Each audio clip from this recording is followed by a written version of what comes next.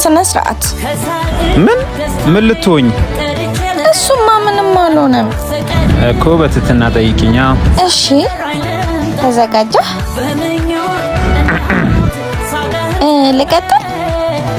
እባክህ ውድ ጓደኛዬ አብሮ አደጌ ናቲ እባክህ ሁለተኛ አትኮርኩረኝ።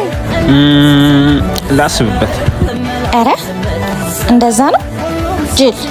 ወዴት ልትሄጂ ነው? እሺ ልጁ ብር ጥሏል እና እንደዚህ ረግጬ ይዤ ልጠብቀው ፋራ።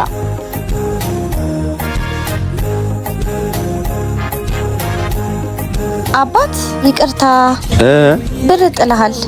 እሺ በጣም አመሰግናለሁ። ቃላ በምኒ